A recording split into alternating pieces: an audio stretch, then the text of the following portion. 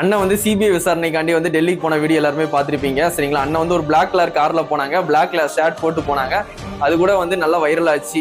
ஏன்னா வந்து அண்ணன் கட்சி ஸ்டார்ட் பண்ணதுக்கு அப்புறம் பிளாக் கலர் அவ்வளோவா யூஸ் பண்ணவே இல்லை. ஒரே ஒரு டைம் போராட்டத்துக்கு மட்டும் பிளாக் கலர் டிஷர்ட் போட்டு வந்து நின்னாங்க சரிங்களா. அதனால நானும் இன்னைக்கு பிளாக் போட்டு வீடியோ பண்ணிட்டு இருக்கேன் சரிங்களா. இப்போ சிபிஐ விசாரணைக்கு வந்து அண்ணன் வந்து அங்கே போயிட்டு வந்துட்டாங்க சரிங்களா. இப்போ என்ன அங்கே நடந்துச்சுன்னா, ஒரு 100 கேள்விக்கு மேலே கேட்டிருக்காங்க.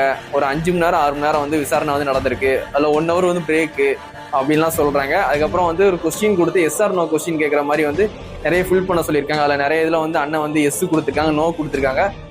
அங்கே உள்ள அதிகாரிகள் என்ன சொல்லியிருக்காங்கன்னா, இதுக்கெல்லாம் எஸ் போடக்கூடாது, எஸ் டிக் பண்ணக்கூடாது, அப்புறம் நீங்கள் தான் குற்றவாளியா அப்படின்ட்டு இதை இப்படி போடுங்க, இதை அப்படி போடுங்கன்னு சொல்ல ஹெல்ப் பண்ணியிருக்காங்க.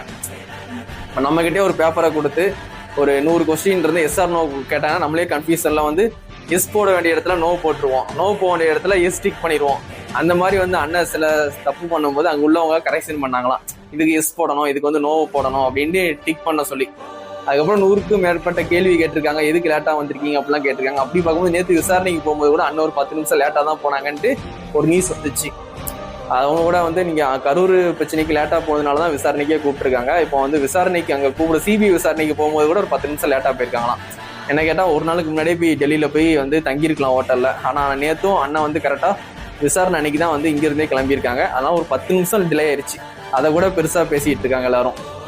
அதனால வந்து ஒரு 100க்கு மேலே கேள்வி கேட்டிருக்காங்க. எதுக்கு லேட்டாக வந்தீங்க, கரூர் பிரச்சனை அப்போ வந்து நீங்கள் எதுக்கு வந்து வண்டியை முன்னாடி வந்து விட்டீங்க, அதுக்கப்புறம் வந்து போலீஸ் வந்து வாக்கி டேக்கில் சொல்லலையா, அங்கேயே நின்று பேசுங்க அப்படின்ட்டு இந்த மாதிரி நிறைய கொஸ்டின் வச்சிருக்காங்க. அதுக்கப்புறம் எதுக்கு வந்து அவ்வளோ பேர் டெத் ஆகும்போது நீங்கள் எதுக்கு சென்னைக்கு வந்து போனீங்க, யார் சொல்லி போனீங்க அப்படிலாம் வந்து நிறைய கேள்வி கேட்டிருக்காங்க. மாற்றியெல்லாம் கேட்டிருக்காங்க. அண்ணன் அதுக்கு வந்து என்ன மாதிரி பதில் சொன்னாங்கன்னு யாருக்குமே தெரியாது. இப்போதைக்கு வந்து விசாரணைக்கு வந்து திருப்பியும் சம்மன் கொடுத்து கூப்பிடுற மாதிரி தான் இருக்கும்னு சொல்லி அனுப்பிச்சிருக்காங்க. ஒன்று இன்னைக்கு வந்து கூப்பிடுவாங்க, இல்லாட்டி வந்து அண்ணன் பொங்கலுக்கு ஊருக்கு போயிடுவாங்க, சென்னைக்கு வந்துடுவாங்க. அதுக்கப்புறம் வந்து திருப்பி சம்மன் கொடுத்து கூப்பிட்ற மாதிரி இருக்கும்.